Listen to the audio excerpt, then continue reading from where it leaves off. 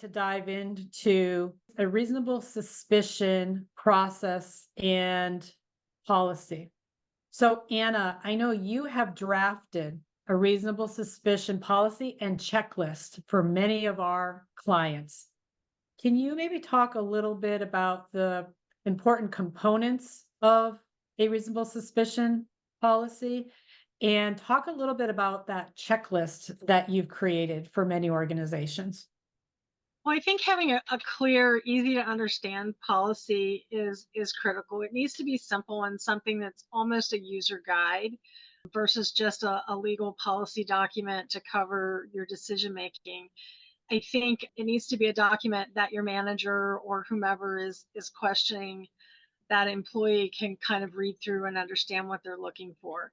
But also, that checklist needs to be very objective. I try to focus on what are you actually observing and having a couple of people do that observation separately, then talk about maybe what they saw, but objectively looking, is the employee staggering? Is the employee slurring their speech?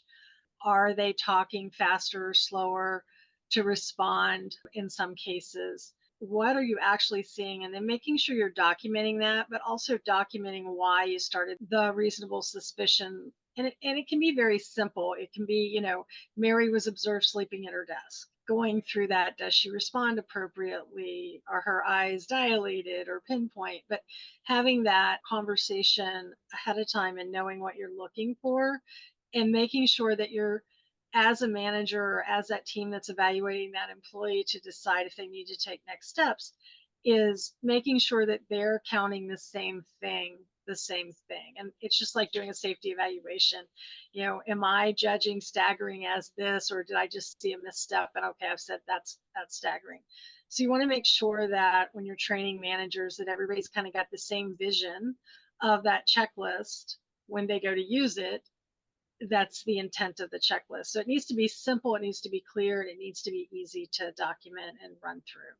Yeah, and when in question, if it's a result of a medical incident and you're unsure, always call 911 or medical professional right away. Never wait. Even if you think that it might be, that somebody's under the influence of drugs. If it looks like a medical episode and you're unsure, I'll always call a medical professional in right away. Absolutely. And don't just make that assumption, to your point, Tracy, because you are, at the end of the day, you're trying to protect your workforce with this policy. And so that's a part of that accountability and responsibility too. You don't want to make that mistake.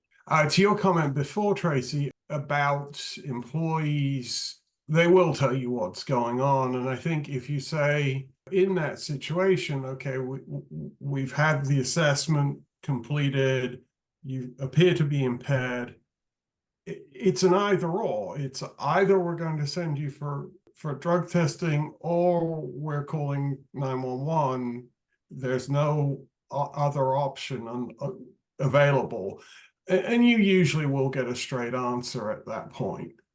And certainly your policy should have a component of it that talks about if somebody refuses to go for a drug screen. What is the action that's going to be taken? And in most cases, a refusal to go for a drug screen, most policies state that it could lead to termination. I think that that's important that you do have that as part of your policy as well.